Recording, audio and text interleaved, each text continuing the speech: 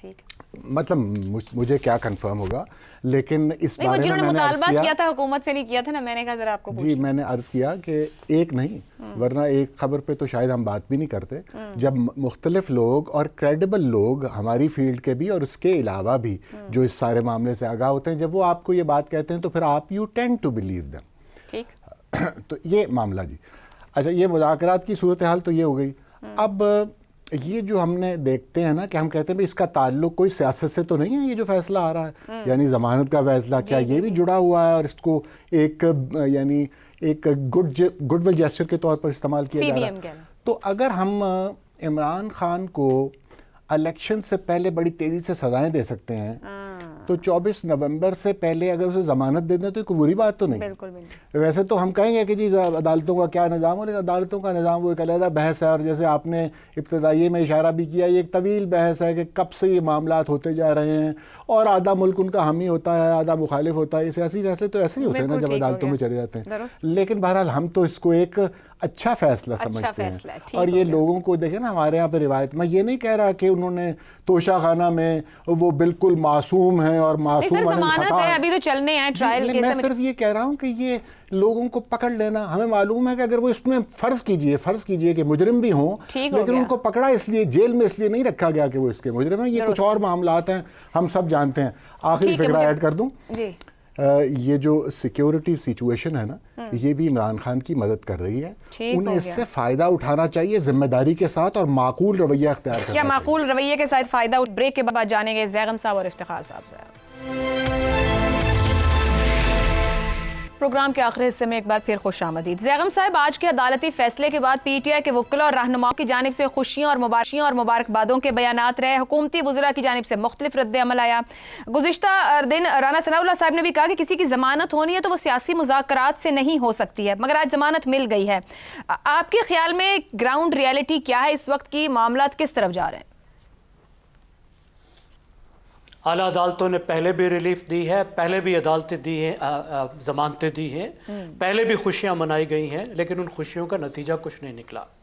میں نہیں سمجھتا کہ اس وقت ہائی کورٹ نے جو ضمانت دی ہے اس کا تعلق یہ جو مظاہرہ کرنے جا رہے ہیں اس کے ساتھ ہے کسی بھی طرح سے. یہ ایک اتفاق ہے کہ ٹائمنگ ان دونوں چیزوں کی مل گئی ہے. ادروائز میں نہیں سمجھتا کہ اعلیٰ عدالتیں پاکستان کی اس وقت اس طرح کی کوئی ریلیف اس وجہ سے دے رہی ہیں. اب مجھے بڑی خوشی ہوئی اپنے کولیگز کی یہ بات سن کر کہ وہ سمجھتے ہیں کہ کوئی بریک تھرو ہونے کا چانس ہے, بریک تھرو ہونے کا امکان ہے.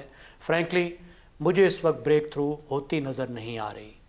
اگر پی ٹی آئی اس وقت پیچھے ہٹے گی تو وہ دوسری کیلکولیشنز کی وجہ سے ہٹے گی, اور اس سے یہ ظاہر ہوگا کہ انہوں نے اچھی طرح سے اپنی تیاری نہیں کی تھی, ان کی پلاننگ ٹھیک نہیں تھی, اور انہیں اب اندازہ ہو رہا ہے کہ شاید انہوں نے غلط ٹائم پہ اس ریلی کا اعلان کیا ہے, اور اس ریلی کے لیے وہ پوری طرح سے تیار نہیں ہے. اور حکومت کی سائٹ پہ مجھے لگ رہا ہے کہ وہ یہ سمجھ رہے ہیں کہ یہ اکتوبر کا ایکشن ریپلے ہوگا. وہ سمجھتے ہیں ہم پہلے سے زیادہ بہتر تیار ہیں اس کے لیے. وہ سمجھتے ہیں کہ موسم کا ایڈوانٹیج ان کو حاصل ہے. دیکھیے اسلام آباد میں اس وقت بھی رات کو 10 ڈگری تک ٹیمپریچر گر چکا ہے. یہ کافی زیادہ ہوتا ہے اگر آپ آؤٹ ڈور میں ہوں. اگر آپ کمروں میں ہوں تو بھی رضائی لینی پڑتی ہے, اور اگر آپ باہر ہوں تو بہت ٹھنڈ ہوتی ہے. اور اگر روکا جائے, جیسے یہ 24 گھنٹے تو پہلے ہی ڈیلے کرتے ہیں, سڑکوں پر ایک رات ان کی نکلوا دیتے ہیں, تو وہ بہت ہی ٹف ہوگا. پہلے بھی جب 25,000 لوگ کے پی سے نکلے تھے تو اس میں سے بمشکل 1-2 ہزار لوگ اسلام آباد پہنچ چکے تھے, باقی لوگ تھک کر واپس چلے گئے تھے. تو ابھی موسم اور بھی زیادہ سخت ہے. پنجاب سے آ رہے ہیں تو اور بھی زیادہ سخت ہوگا. تو مجھے نہیں لگتا, مجھے لگتا ہے کہ بس زور آزمائی چل رہی ہے. دونوں سائڈز کچھ فیس سیونگ بھی چاہتے ہیں, سینگ اڑائے ہوئے ہیں, لیکن معاملہ جو ہے وہ کچھ ٹھنڈا ٹھنڈا ہے. معاملہ ٹھنڈا ٹھنڈا. افتخار صاحب, فائنل کال سے 3 دن پہلے یہ جو عمران خان کی ضمانت ہے, زیغم صاحب تو اس کو کہہ رہے ہیں کہ حسن اتفاق ہے, مگر احتجاج کے جشن میں بدل جانے کا بیان 2 دن سے مستقل دیا جا رہا ہے, کل بھی دیا گیا اور آج بھی. کیا جشن کا اعلان کرنے میں جلد بازی کا مظاہرہ تھا, یا فائنل کال کو کال آف کرنے کی طرف چلے جائیں گے وہ؟ جب مرکزی ملزم کی ضمانت ہو چکی ہو اور مرکزی ملزم باہر پھر رہا ہو, تو شریک ملزم کی ضمانت ہونا اس بات کا بین ثبوت ہے کہ جو غیر ملکی ممالک ہمارے ملک کے عدالتی نظام کا مذاق اڑاتے ہیں اور ہمارے